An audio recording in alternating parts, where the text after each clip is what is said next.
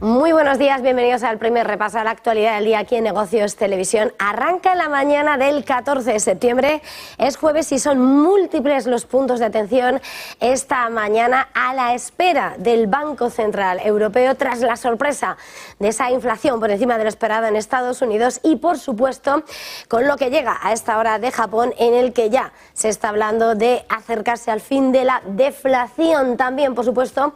ardiente e intenso lo que se vive en ese escenario de la geopolítica, con la mirada puesta en ese acercamiento entre Rusia, Corea del Norte y la vigilancia y advertencia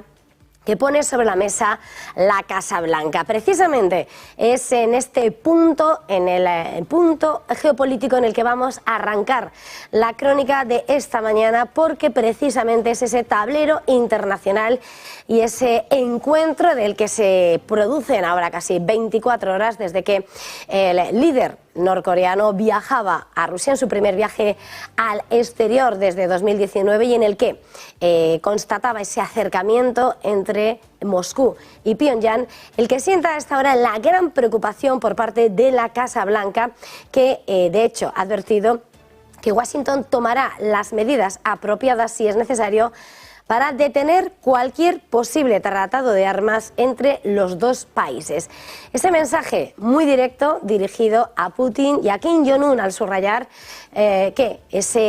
un posible apoyo de Rusia para los programas ilícitos nucleares y programas de misiles balísticos de Corea del Norte supondría una preocupación significativa. Declaraciones que ha enmarcado y que ha extendido John Kirby, el asesor del Consejo de Seguridad Nacional de Estados Unidos, a la vez que señalaba que preocupa de un modo similar ese acercamiento al que ya han manifestado desde Washington sobre la creciente relación entre Irán y Rusia. No gusta ese posible acuerdo de armas que se sospeche, del que no se ha dado detalles, que pueda ayudar a aumentar el equipamiento del ejército ruso para continuar la guerra en Ucrania, pero preocupa más un apoyo de Moscú a ese programa ilegal de misiles balísticos y ese programa nuclear por parte del régimen de Kim Jong-un. Preocupación por parte de Washington, mientras que desde Corea del Norte el encuentro al más alto nivel entre Kim Jong-un y el jefe del Kremlin, Vladimir Putin, se califica como un éxito rotundo. No hay detalles, como decíamos, sobre los acuerdos alcanzados, muchas sospechas en el tablero internacional, y Pyongyang, que se lleva la palabra de Putin de que visitará Corea del Norte. El encuentro entre ambos mandatarios tuvo lugar en ese cosmódromo, en ese centro espacial ruso de Vostochny, en la región de Amur, y la agencia oficial de noticias norcoreana ha confirmado que se trataron temas de interés mutuo para ambos países: la paz, la seguridad y lo que llaman esa justicia internacional. Vladimir Putin aceptaba la invitación de Kim Jong-un para visitar Corea del Norte después de celebrar esa primera cumbre en 4 años, y hay que señalar que además da su promesa, su palabra de viajar, aunque sobre él pesa esa orden de arresto por parte de la Corte Penal Internacional. Una cumbre que, como venimos contando, y a tenor de la delegación de responsables militares y de defensa que acompañaban tanto a Kim como a Putin, da peso a esa idea de Estados Unidos de que se centraría en el envío de armas por parte de Pyongyang para ayudar a Moscú en esa guerra en Ucrania, y en la que Putin reafirmaba su voluntad de continuar invariablemente la historia y la tradición de amistad, decía, entre Rusia y la República Popular de Corea del Norte.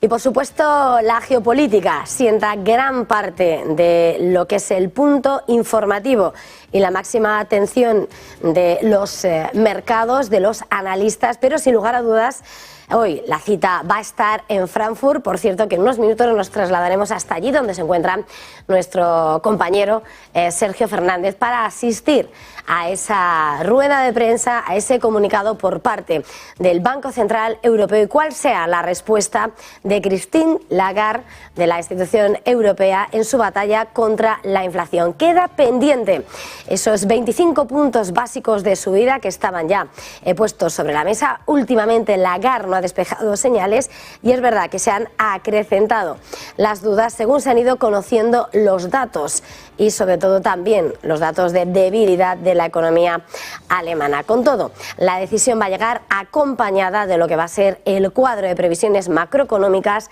y las expectativas de inflación.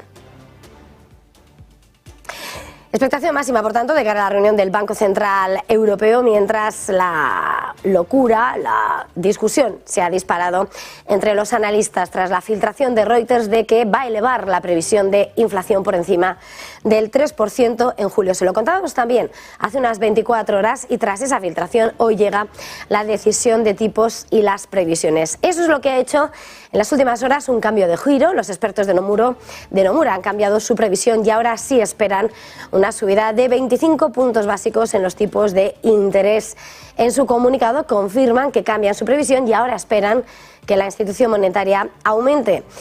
sus 3 tipos de interés oficiales en ese cuartillo de punto, lo que llevaría a que el tipo de depósito se elevase al 4%. Apunta además que parece poco probable que un alza de esos 25 puntos básicos sea suficiente para que la inflación vuelva a alcanzar su objetivo de manera oportuna, especialmente cuando se espera que aumenten esas previsiones de inflación. Prevé, por tanto, que el BCE, además,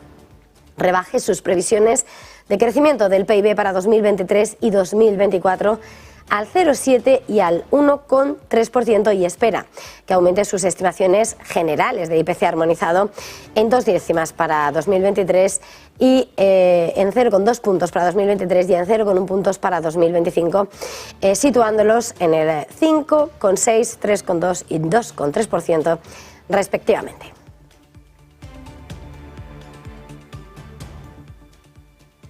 Los mercados, por supuesto, muy pendientes de lo que dé de sí esa cita con la política monetaria, con Christine Lagarde, pero hasta entonces lo que está cotizando son las informaciones que ya se encuentran en el mercado y lo estamos viendo sobre todo si nos acercamos a lo que está pasando esta mañana en las bolsas asiáticas y en concreto en el sector automovilístico chino, donde estamos viendo que los principales fabricantes de vehículos eléctricos hoy están cotizando con caídas importantes después de que la Comisión Europea, de que la presidenta del Ejecutivo Comunitario, Ursula von der Leyen, anunciase que se va a abrir una investigación contra los subsidios que ha puesto en marcha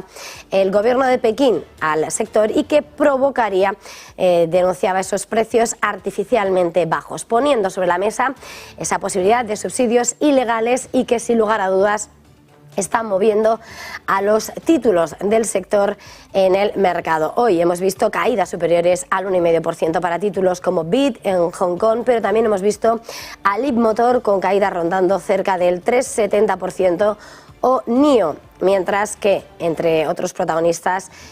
Li Auto se ha desmarcado y repuntaba. Hay que señalar que la advertencia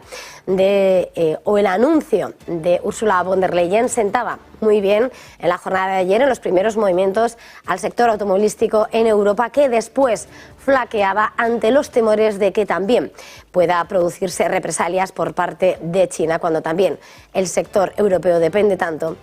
del gigante asiático. Y por supuesto, si hablamos de protagonistas con nombre propio, tenemos que hablar del diseñador de chips de ARM, que ha logrado ya una valoración de 54.500 millones de dólares en su OPI, en esa oferta pública inicial en Estados Unidos. Y lo ha alcanzado 7 años después de que su propietaria, la nipona SoftBank, sacara la compañía de bolsa por 32.000 millones de dólares. La valoración representa un descenso con respecto a la valoración de 64.000 millones de dólares en la que SoftBank adquirió el mes pasado la participación del 25% que aún no poseía en la compañía de Vision Fund de 100.000 millones de dólares que administra. Sin embargo, incluso con esta valoración más baja, a SoftBank le resulta satisfactorio, le va mejor que su acuerdo de 40.000 millones de dólares para vender a ARM a Nvidia, que abandonó el año pasado en medio de la oposición de los reguladores antimonopolio. Con todo, ARM ha fijado el precio de su oferta pública inicial en $51 por acción en la parte superior de su rango indicado, recaudando 4.870 millones de dólares para SoftBank sobre esa base de 95 millones y medio de acciones vendidas. Está previsto que las acciones de ARM comiencen a cotizar en Nueva York este jueves.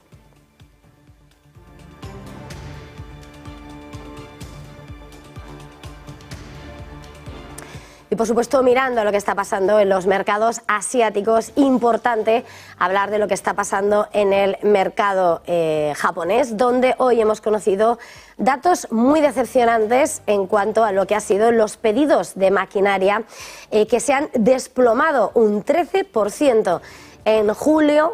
un batacazo con respecto a lo que se esperaba y sobre todo frente al menos 5,8% que arrojaba la lectura anterior. En la mensual también cae y además contrasta frente a las subidas del mes anterior y retroceden el 1,1%. Sin lugar a dudas, es uno de los grandes asuntos que ahora están en el punto de mira, al tiempo que también estamos atendiendo a las declaraciones que ha puesto sobre la mesa el nuevo ministro de Economía de Japón, que ve señales positivas, dice, que apuntan al fin de la deflación. Yoshitaka Shindo acaba de decir este jueves que surgen señales positivas en las brechas de producción y otras áreas para que la economía escape de la deflación. Sin embargo, en su conferencia de prensa inaugural, ha dicho que esas señales deben cobrar fuerza antes de declarar la victoria sobre la deflación, un ciclo de caídas persistentes de precios que frena el crecimiento económico. Respondiendo a la prensa cuando se le ha preguntado si el fin de la deflación es un requisito previo para eliminar gradualmente el estímulo monetario, Shindo se ha negado a entrar en detalles sobre la política monetaria. Y en este punto tenemos que hacernos eco de la radiografía que ha puesto sobre la mesa el Fondo Monetario Internacional, que ha denunciado que la deuda mundial va a volver a retomar esa senda alcista a pesar de haberse moderado durante los 2 últimos años y que va a permanecer en niveles obstinadamente altos, entre otras cosas, por el protagonismo de la deuda china. Es el diagnóstico que ha puesto sobre la mesa el FMI, que constata cómo la deuda mundial retrocedió en 2022 por segundo año consecutivo, aunque se mantiene por encima de los elevados niveles prepandémicos, y apunta a que el fenómeno es coyuntural.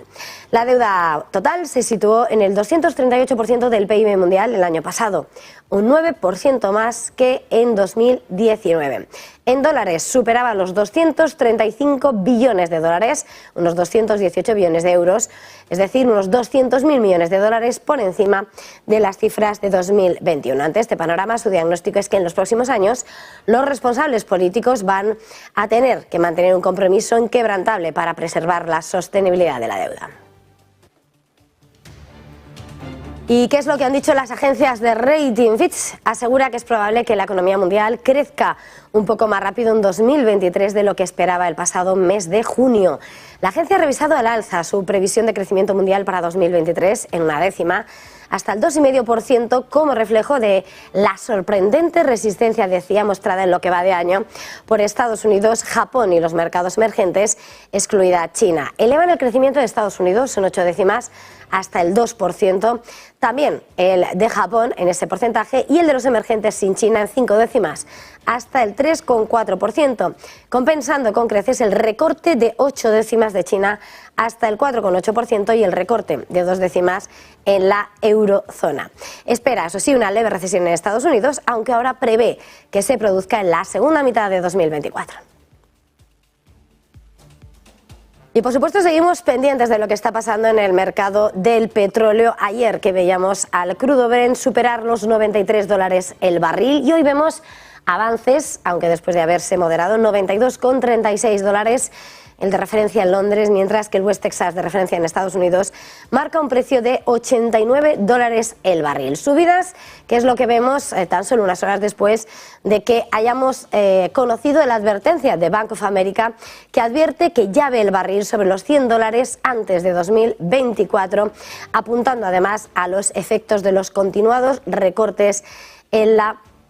producción de crudo, que sin lugar a dudas afecta a esos datos. Hay que señalar que además la publicación del dato de inflación en Estados Unidos en el 3,7% interanual suavizaba ese alza, ese impulso renovado en el precio del crudo. Y, eso sí, lo veíamos a punto de rebasar los $90 el barril. Con todo, como decimos, Bank of America ya está situando, ya está viendo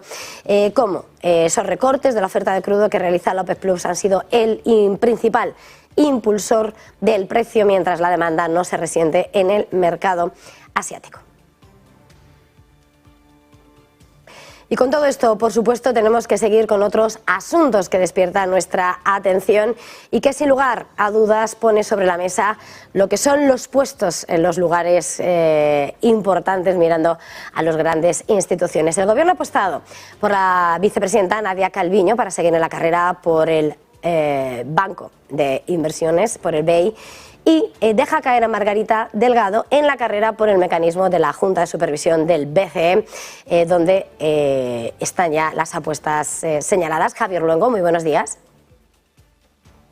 Sí, ¿qué tal, Eva? Muy buenos días. Y finalmente el Gobierno apuesta directamente todo a Nadia Calviño en el Banco Europeo de Inversiones. Había dos grandes carreras en las que nuestro país podría tener un puesto y una voz dentro de las instituciones comunitarias. Por ese lado, el BEI, al que todavía opta Calviño; por el otro, la jefatura de la Junta de Supervisión del Banco Central Europeo, la que hasta ahora tiene Andrea Enria, mandato de 5 años no prorrogable. El italiano se va y tenía que haber una sustituta. Todo estaba en torno a Margarita Delgado, la vicegobernadora del Banco de España. Se decía que tenía un currículum muy extenso y por técnico era la preferida dentro del supervisor de Frankfurt, pero estaba en una carrera con Claudia Buch, la vicegobernadora del Bundesbank, de la segunda, de Joachim Nagel, dentro del órgano de política monetaria de la locomotora europea. Y parece que Buch lo que hace es ganar esa carrera, pero no por su currículum, no por las opciones que tuviera en la carrera, sino porque Sánchez decide sacrificar a Delgado y apostarlo todo a Nadia Calviño, a la actual vicepresidenta económica del Gobierno